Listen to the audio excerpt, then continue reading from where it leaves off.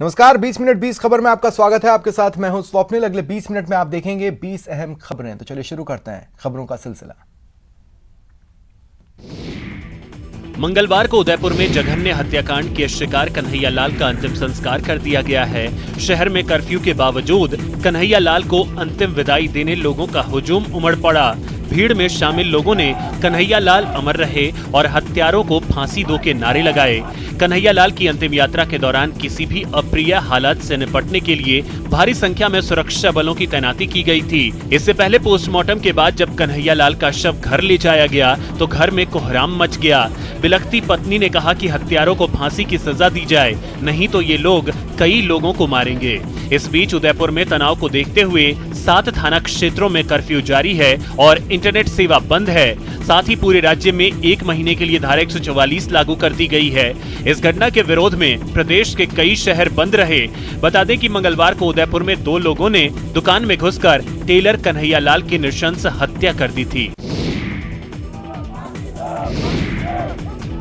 उदयपुर में कन्हैयालाल हत्याकांड के बाद तनाव को देखते हुए प्रदेश भर में पुलिस प्रशासन पूरी तरह से अलर्ट नजर आ रहा है। प्रदेश में कानून व्यवस्था को बनाए रखने और किसी भी अप्रिय घटना से निपटने के लिए पुलिस ने कई स्तर पर तैयारी कर ली है।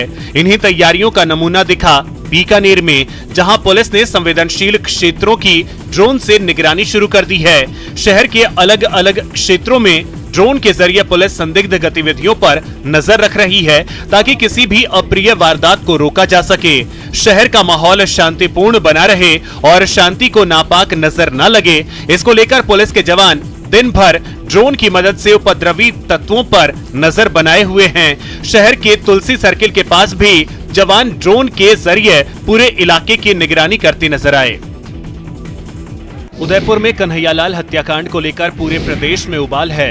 इस घटना को लेकर सिरोही में भी तनाव है। हालांकि जिला प्रशासन पूरी तरह से अलर्ट है और किसी भी प्रकार की घटना से निपटने के लिए पूरी तरह मुस्तैद नजर आ रहा है।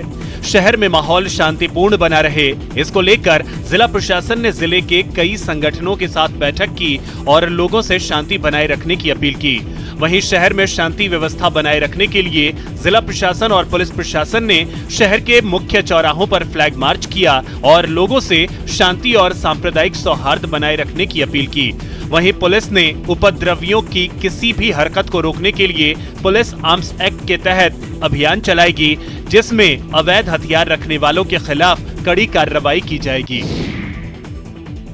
उदयपुर के कन्हैयालाल हत्याकांड के खिलाफ झालावाड़ बंद रहा। व्यापार संघ के बुलाए गए बंद के दौरान शहर की सारी दुकानें बंद रहीं। इस दौरान बाजार बंद कराने निकले बीजेपी के कार्यकर्ताओं और पुलिस के बीच झड़प हो गई, जिसके बाद पुलिस ने हल्का बल प्रयोग कर बीजेपी जिलाध्यक्ष संजय जैन समेत कई नेताओं और व्यापारियों को हिरासत में ले लिया। हत्याकांड के खिलाफ शहर के बाजारों में सन्नाटा पसरा रहा, तो वहीं शहर के प्रमुख चौराहों पर भी पुलिस जाब्ता तैनात रहा। वहीं किसी भी किस्म की अप्रिय घटना को रोकने के लिए कलेक्टर, एसपी समेत कई अधिकारियों ने शहर में घूम कर कानून व्यवस्था की स्थिति का जायजा लिया। बाद में विश्व हिंदू परिषद और बजरंग दल के नेताओं ने कलेक्टर से मिलकर राज्यपाल के नाम पूरी घटना को लेकर ज्ञापन सौंपा। वर्तमान में झालावाड़ जिले में पूर्ण रूप से शांति है। कुछ दुकानें बंद हैं जो लोगों ने स्वेच्छा से बंद करी है और उनको भी दोपहर बाद खोली जाएंगी, लोगों द्वारा खोली जाएंगी और किसी भी तरह का कोई विरोध या प्रदर्शन नहीं है। उदयपुर में कन्हैयालाल हत्याकांड से देश भर में उबाल है। राजस्थान के अलावा देश भर में इस तालिबानी करतूत के खिलाफ लोग सड़क पर उतरे और दोषियों को कड़ी सजा देने के साथ साथ इस वारदात के पीछे छुपी साजिश के खुलासे की मांग की।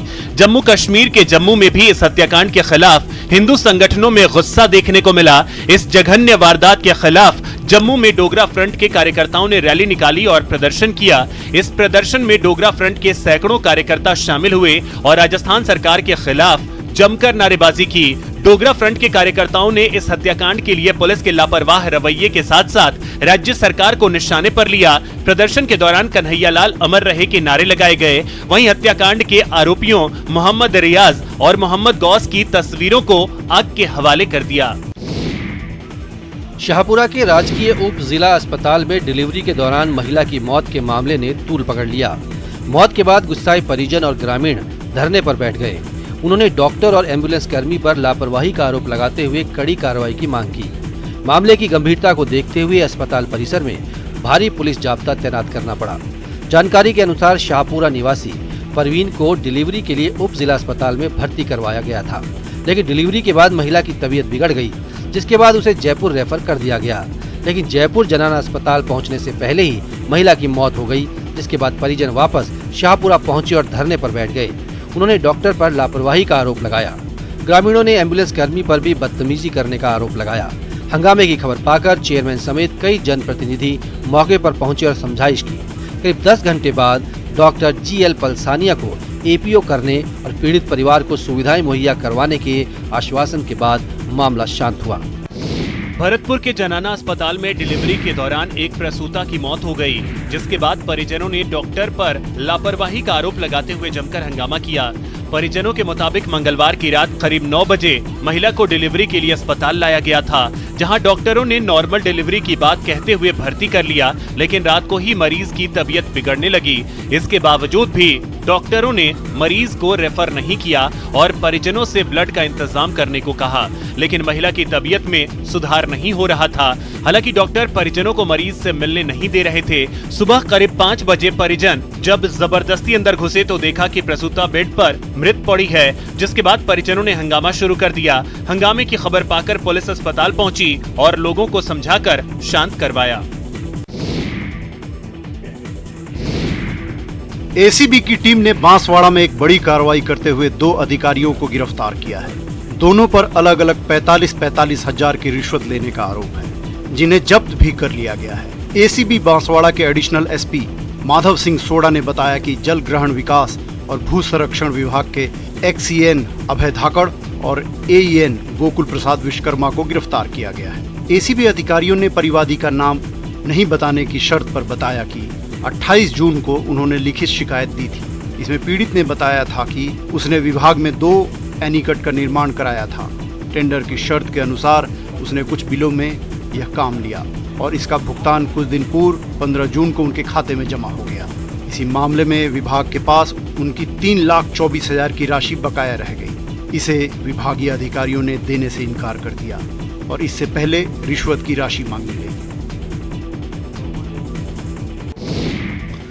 जैसलमेर के गीता आश्रम कच्ची बस्ती में अधूरी सड़क अब जानलेवा बन गई है।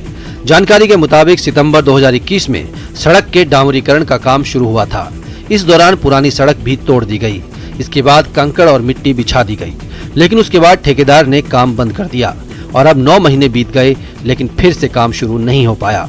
कहा जा रहा है कि डामर के भाव बढ़ने के कारण ठेकेदार ने काम रोक दिया, लेकिन अब अधूरी सड़क मोहल्ले के लोगों के लिए मुसीबत बन गई है।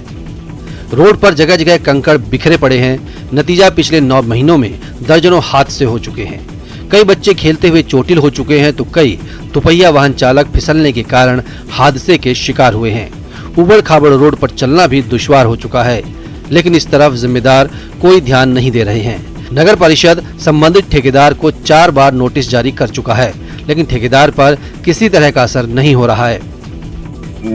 WBM कार्य किया जा चुका है और 5-6 महीने से उस पर डामरीकरण का कार्य नहीं किया गया है। इसके लिए विभाग द्वारा समय समय पर संबंधित ठेकेदार को नोटिस जारी किए गए हैं। मेन रोड है जो आप भी देख रहे हैं, अभी आपने कुछ टाइम से देखा है, इसको लमसम 9 महीने हो चुके हैं, अभी तक डामरीकरण नहीं हुआ है। सिरोही में सीवरेज कार्य के लिए योजना तो भारी भरकम बना डाली, लेकिन प्रशासन की लापरवाही के कारण सीवरेज का काम अभी भी अधूरा पड़ा है।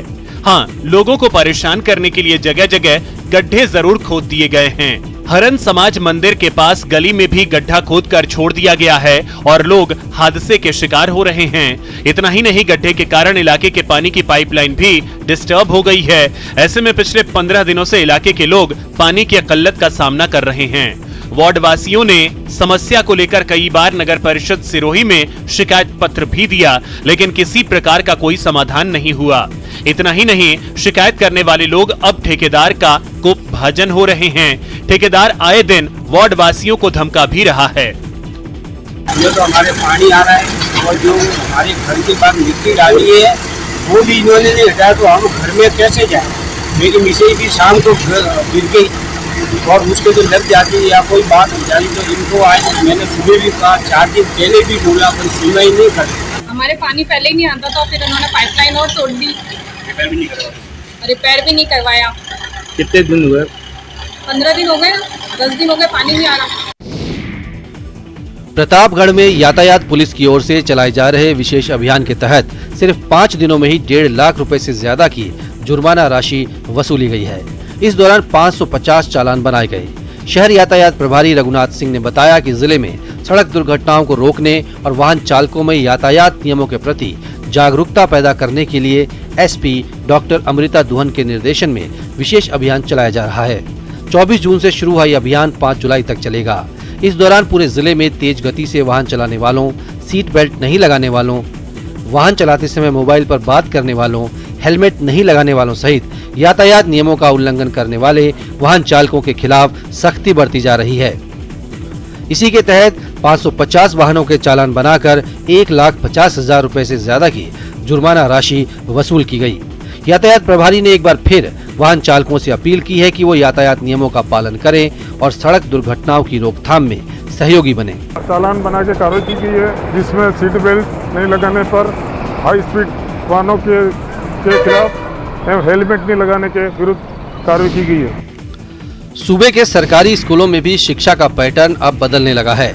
सरकारी स्कूलों में नवाचार देखे जा रहे हैं। इन्हीं नवाचारों का असर केंद्रीय शिक्षा मंत्रालय के स्कूल और साक्षरता विभाग की ओर से जारी की गई performance grading index for district report में भी देखा गया है। केंद्रीय शिक्षा मंत्रालय के स्कूल और साक्षरता विभाग ने performance grading index for district report जारी की है। स्कूल में शैक्षणिक व्यवस्थाएं, संसाधनों सहित अन्य सुविधाओं के आधार पर जिलों का मूल्यांकन किया गया है। इसमें राजस्थान का प्रदर्शन सर्वश्रेष्ठ रहा और प्रदेश के 3 जिलों ने उत्कर्ष रैंक हासिल की। देश भर में सीकर पहले स्थान पर, झुंझुनू दूसरे नंबर पर और जयपुर तीसरे स्थान पर रहा। एडीपीसी विनोद जानू ने बताया कि 6 कैटेगरी के 600 अंकों में 486 अंक हासिल कर झुंझुनू ने देश भर में दूसरा स्थान प्राप्त किया है। वहीं आउटकम की कैटेगरी में झुंझुनू ने 290 में से 236 अंक हासिल कर देश भर में पहला स्थान हासिल किया है। पीजीआई डिस्ट्रिक्ट वाइज जो जारी की गई है, उसमें हमारा जो जिला है वो दूसरे स्थान पर है सीकर के बाद, और राजस्थान पूरे इंडिया में, भारत में पहले स्थान पर है।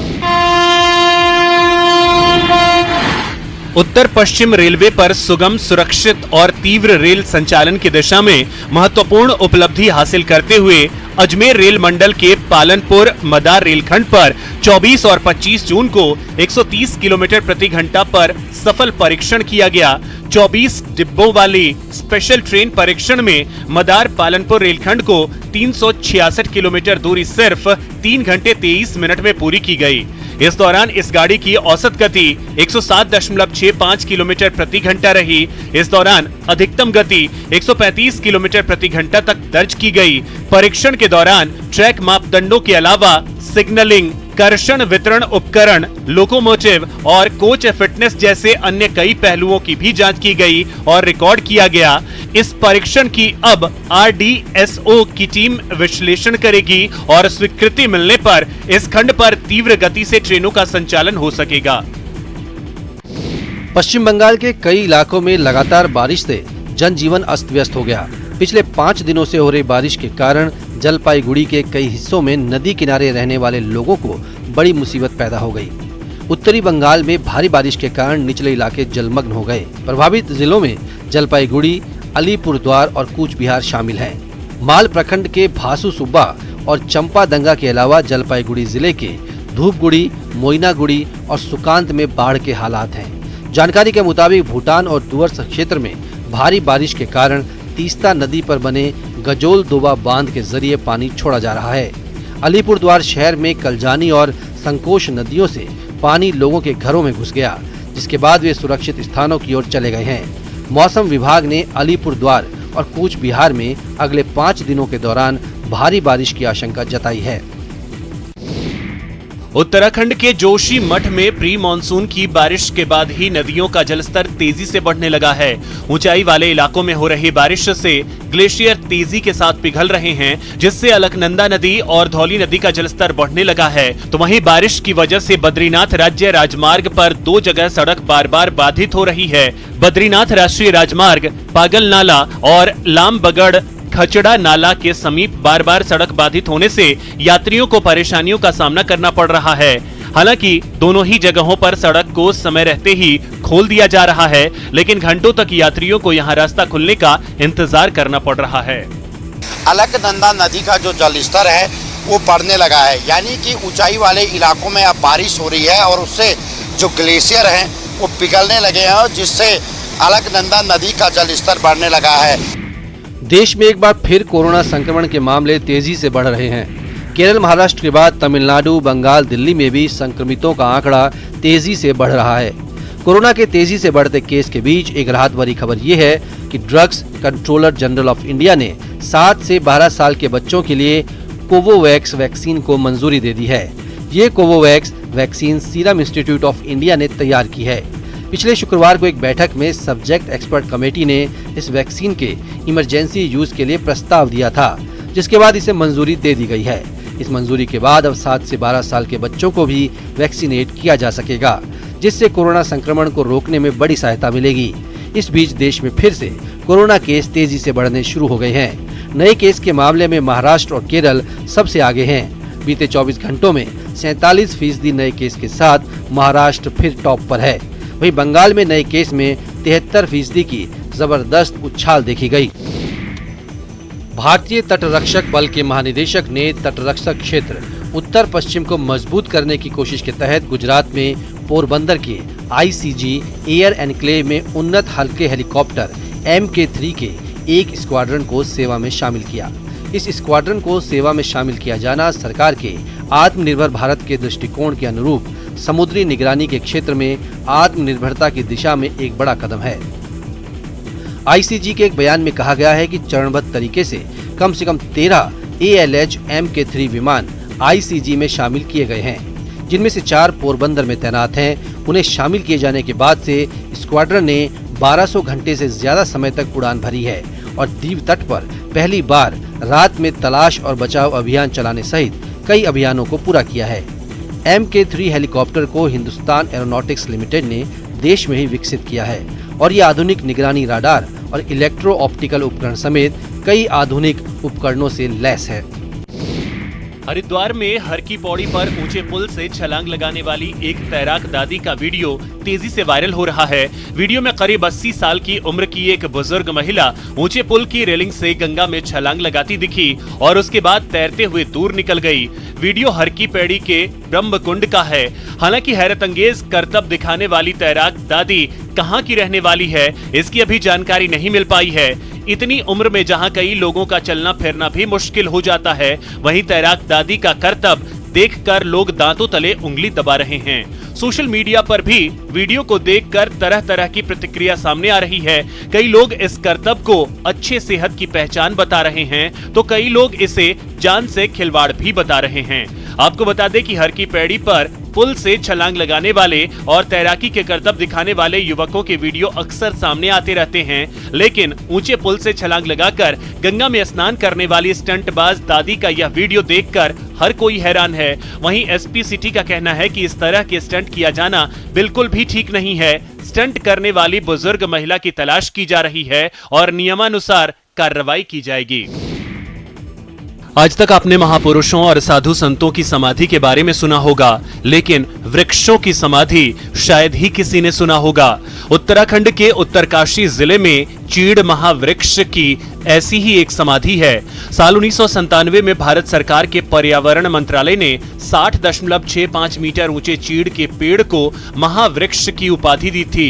2007 के तूफान में ये महावृक्ष टूट गया, जिसके बाद वन विभाग ने इस महावृक्ष को टोंस नदी के किनारे समाधि बनाई। आज चीड़ महावृक्ष की ये समाधि पर्यटकों के लिए आकर्षण का केंद्र है। मोरी त्यूणी मोटर मार्ग पर टोंस नदी के किनारे लगे चीड़ के पेड़ की उम्र 220 वर्ष बताई गई है। महावृक्ष के गिरने के बाद वन विभाग ने पेड़ के तनों के साथ ही इस पेड़ के अलग अलग हिस्सों से समाधि बनाई। साथ ही समाधि के आसपास इको पार्क का निर्माण भी करवाया गया है, जहां पर्यटकों का तांता लगा रहता है। अभी तो पेड़ यहाँ पे है नहीं, क्योंकि जो है पेड़ 2007 में आंधी तूफान और पेड़ में और भी कुछ कारण था जो गिर गया। यहाँ पे जो है अवशेष रखे हुए हैं पेड़ के। 1 जुलाई को पूरे देश में भगवान जगन्नाथ की रथ यात्रा निकाली जाएगी।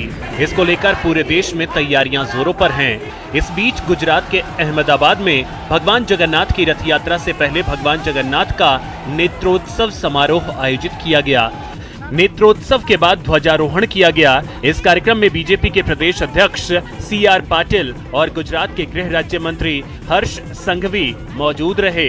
इस दौरान बीजेपी प्रदेश अध्यक्ष CR पाटिल ने मंदिर पर पीला झंडा फहराया।